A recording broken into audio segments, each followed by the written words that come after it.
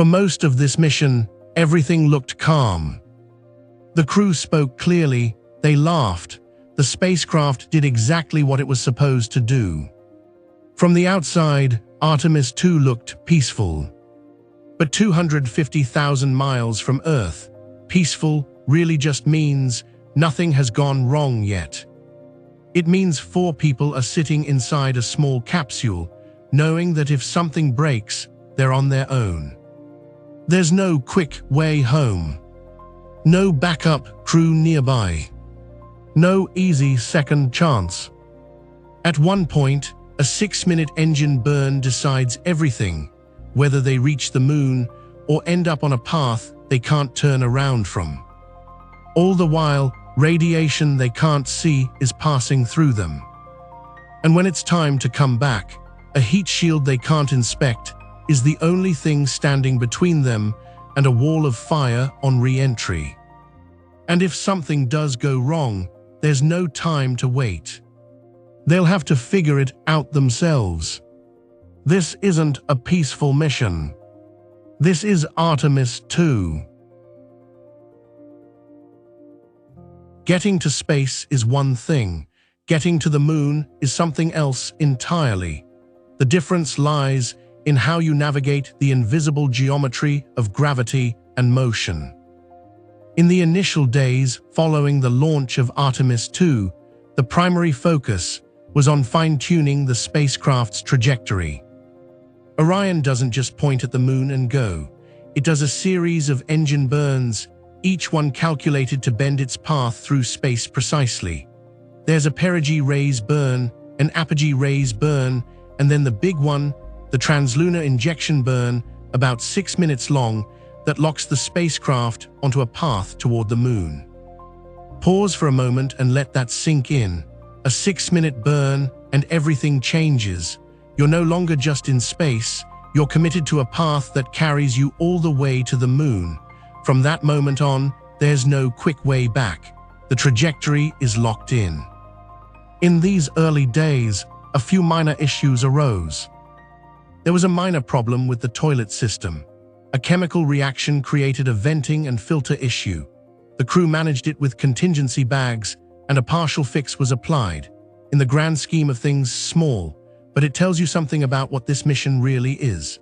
Inside that capsule, 4 people are living, eating, sleeping, managing every biological need in a vehicle the size of a large SUV, hurtling through deep space.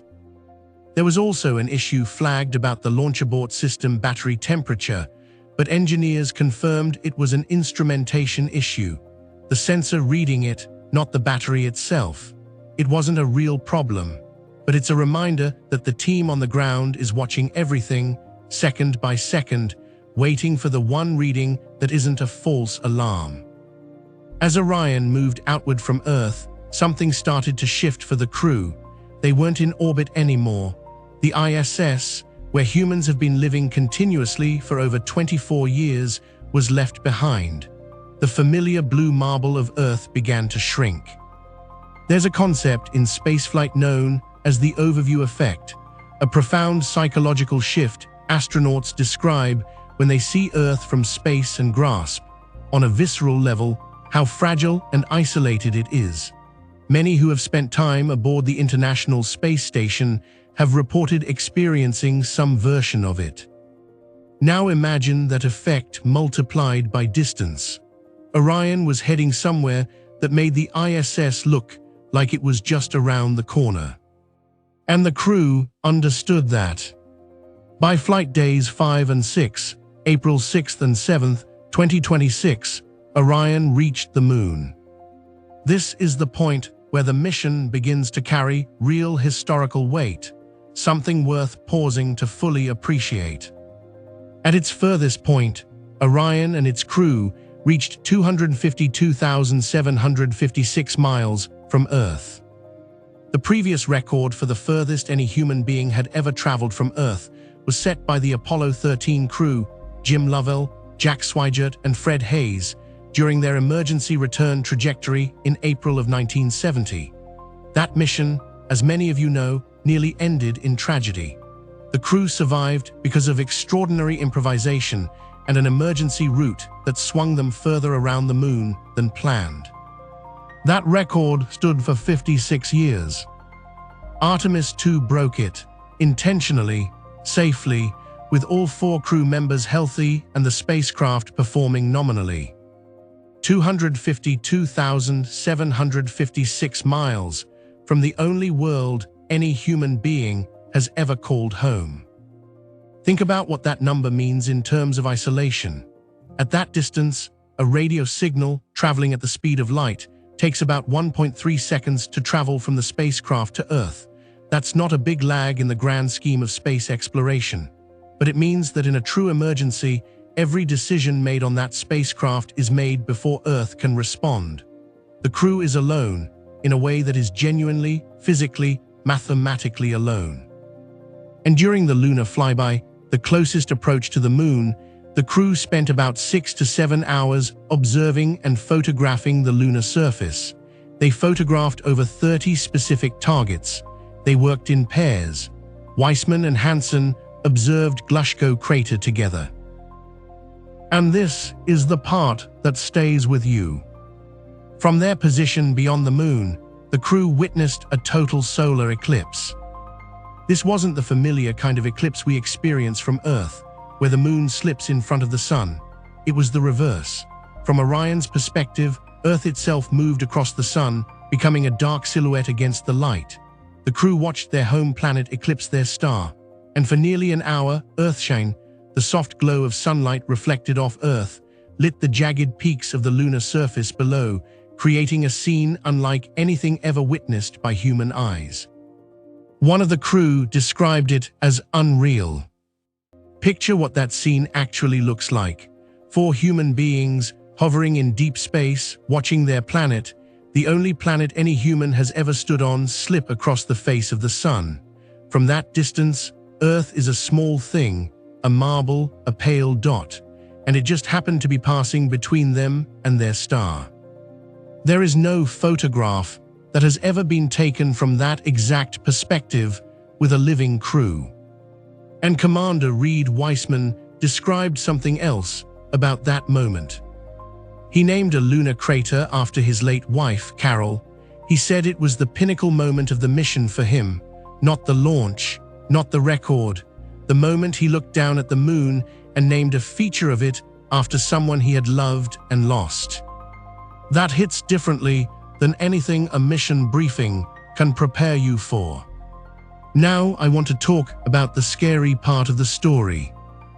From the outside, Artemis 2 seemed almost serene. The launch appeared smooth. The crew spoke with ease during their media briefings. Inside the cramped Orion capsule, they bumped into one another and laughed it off.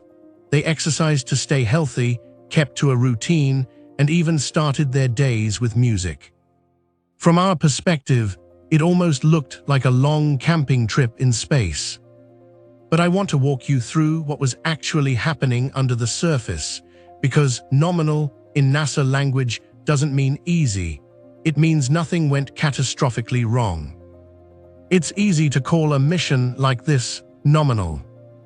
But in deep space, nominal is what it looks like when everything that could have gone wrong didn't. First, the heat shield. Orion's heat shield is the largest ablative heat shield ever flown. When Orion returns from deep space, it's traveling at roughly 25,000 miles per hour. During re-entry, the exterior of the capsule reaches temperatures approaching 5,000 degrees Fahrenheit. The heat shield has to absorb that. And here's the thing, it had never done this with a crew inside. Artemis 1 tested it, yes. But the thermal load from a lunar return is more extreme than anything experienced by Orion before. The Artemis 2 re-entry was, among other things, a live test of whether that heat shield performs the way it's supposed to, with human lives depending on it. Second, deep space radiation. At the distance Artemis 2 traveled, the crew was outside the protection of Earth's magnetic field. The Van Allen belts, the zones of trapped radiation that surround Earth, were behind them. At that distance, the crew was exposed to galactic cosmic radiation and potential solar particle events at levels that cannot be replicated in a ground test. The spacecraft has some shielding, the suits have some protection. But the honest truth is that we are still learning what sustained deep space radiation exposure does to the human body. Part of what Artemis 2 was doing was measuring that. Third, the psychological dimension. 6 or 7 people living on the ISS have 460 cubic meters of pressurized volume. Orion has about 8.95 cubic meters of pressurized volume. 4 people, 10 days, 8.95 cubic meters. The crew laughed about constantly bumping into each other in their media conference. But 10 days in a space smaller than most walk-in closets, moving away from Earth at speeds that make rescue impossible, with radiation you can't see and a heat shield you can't inspect. That takes a particular kind of psychological fortitude. And fourth, re-entry itself. When Orion comes back from the moon, it doesn't come back the way the space shuttle did. There's no runway landing, there's no gentle glide. The capsule hits the atmosphere at 25,000 miles per hour and rides a fireball down. The crew experiences up to 3.9 Gs, nearly 4 times normal gravity, during peak deceleration. After 10 days in microgravity, their bodies have been adapting to zero gravity. Their cardiovascular systems have been reconfiguring, their muscles have been losing density, and then, suddenly, 9 Gs. That's why the crew spent significant portions of the mission practicing with orthostatic intolerance garments, compression suits designed to push blood back toward the brain and help the body handle the sudden return to gravity. Because for an astronaut coming back from deep space, re-entry is not just a physics problem, it's a biology problem. This mission was scary in the way that genuinely impressive things often are, not because it was chaotic or out of control, but because the margin for error was real, and the crew walked that margin with calm professionalism. By flight day 7, April 7th, Orion was on its way back. The first return trajectory correction burn was completed. 15 seconds, a small thruster firing that from the outside sounds almost trivial, but that 15-second burn was calculated to within fractions of a degree to put Orion on exactly the right path for a splashdown off the coast of San Diego. Get the trajectory even slightly wrong, and the capsule either skips off the atmosphere or comes in too steep. Koch and Hansen monitored systems during that burn. The crew had exited the moon's sphere of gravitational influence. Earth's gravity was now pulling them home. There was a call with the crew of the International Space Station. The recovery ship, the USS John P. Murtha, was already heading toward the splashdown zone in the Pacific Ocean. On flight day 8, the crew had what was essentially their last media day. They answered questions about what it was like to live in the compact Orion cabin, about the deep space views, about the solar eclipse they'd witnessed. They posed for a group photo with their zero-gravity indicator, a small stuffed figure they'd brought called Rise. There's something about that detail. 4 astronauts, 200,000 miles from home, posing for a photo with a stuffed mascot. It's both deeply human and quietly extraordinary. By flight day 9, April 9th, 2026, it was the final full day in space. The crew woke to Lonesome Drifter. The focus of the day was practical: stow gear, remove cargo netting, install crew seats for re-entry. Hansen and Koch led the cabin configuration work. The seats needed to be in the right position, locked down, secured, because when that heat shield hits the atmosphere at 25,000 miles per hour, the last thing anyone wants is loose hardware. They reviewed splashdown procedures. They got the latest weather briefing for the Pacific. They conducted demonstration tests for off-nominal scenarios, meaning they practiced what to do if something went wrong. And at some point during that last day in deep space, the 4 of them shared a group hug inside Orion. I keep coming back to that image. 4 people in matching suits, in a capsule smaller than most people's bathrooms, after 10 days in space, 200,000 miles from home, on the eve of a re-entry that no human crew had attempted from deep space in 54 years. And they hugged. If all goes according to plan, Orion will return to Earth on April 10, 2026, splashing down in the Pacific Ocean off the coast of San Diego, California. Recovery operations will already be in motion.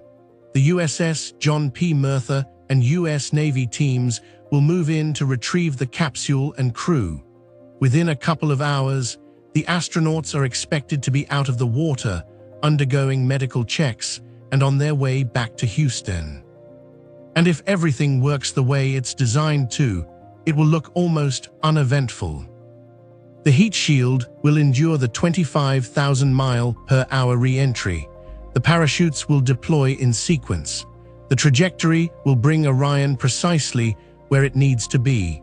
The orthostatic garments will help the crew handle the sudden return to gravity. Everything that needs to work will work. The mission objectives are clear.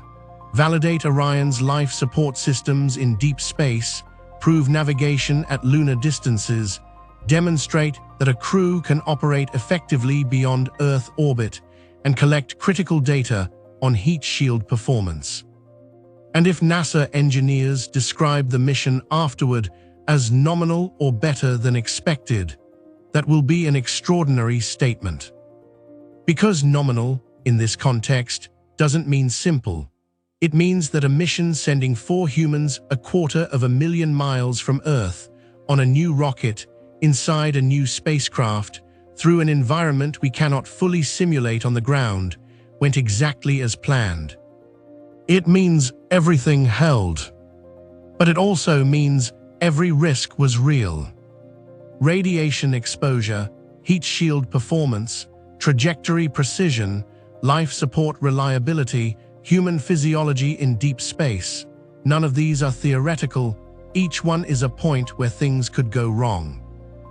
The line between nominal and catastrophic in deep space human spaceflight is incredibly thin. It's sustained by meticulous engineering, intensive crew training, and the hardened institutional discipline that NASA has spent years rebuilding. If Artemis 2 succeeds, what it will prove is simple and profound. That NASA has found that margin again. On the last full day in space, April 9, 2026, as the crew of Artemis 2 was stowing their gear and preparing to come home, Commander Reed Weissman was asked what the mission meant to him.